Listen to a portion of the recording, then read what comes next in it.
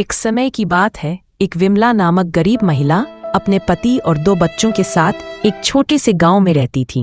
विमला का पति एक किसान था, लेकिन उनकी खेती बहुत ही निराशाजनक थी और उन्हें सामान्यतः अपना जीवन बिताने के लिए कठिनाइयों का सामना करना पड़ता था। एक दिन विमला के पति बीमार हो गए। उन्हें काम करने में असमर्थता थी और परिवार की आमदनी में तेजी से कमी हो गई। विमला को अपने परिवार को सहारा देने के लिए हर वह चीज बेचनी पड़ी जो वह बेच सकती थी।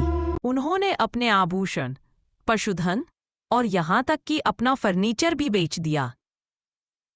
एक दिन विमला जंगल में भटक रही थी, तब उसे एक बुद्धिमान बूढ़ी महिला मिली।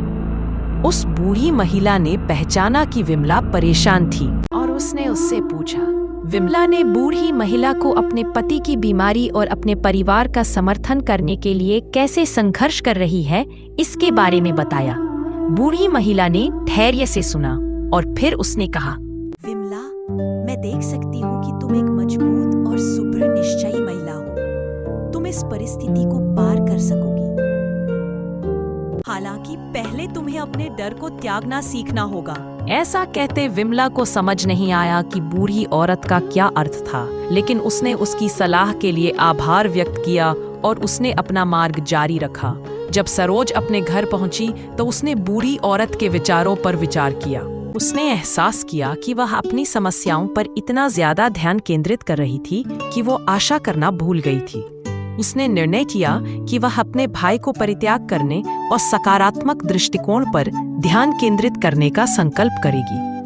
विमला ने एक सूची तैयार की, उन सभी चीजों की जिनके लिए उसके पास कृतज्ञता थी। वह अपने स्वास्थ्य, परिवार और चारों ओर की सुंदरता के लिए कृतज्ञ थी।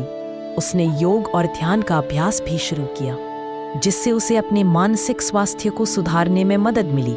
इसने उसे अपने विचारों को स्पष्ट करने और वर्तमान क्षण में ध्यान केंद्रित करने में सहारा प्रदान किया।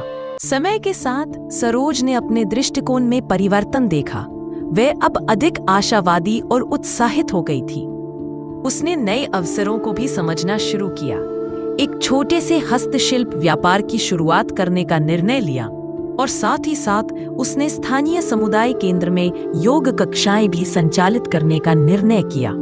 विमला के पति का स्वास्थ्य सुधरा और परिवार अपने कठिनाइयों को पार करके पुनः स्थायी स्थिति में लौट आया। सरोज का उद्यम भी बढ़ता रहा और वह समुदाय में एक प्रतिष्ठित सदस्य बन गई। एक दिन विमला जंगल में भटक रही थी, तब उसे एक बुद्धिमान बूढ़ी महिला मिली। उस बूढ़ी महिला ने पहचाना कि विमला परेशान थी। विमला ने बूढ़ी औरत को उनके मार्गदर्शन के लिए कृतज्ञता व्यक्त की। उसे पता था कि वह आज बूढ़ी औरत के साथ के बिना इस स्थिति में नहीं हो सकती थी। विमला की कहानी हमें यह याद दिलाती है कि हम सभी अपनी मुश्किलें पार करने की क्षमता रखते हैं। हमारे जीवन में चुनौतियां आ सकती हैं, लेकिन हमें कभी भी आत्मविश्वास खोने का नहीं।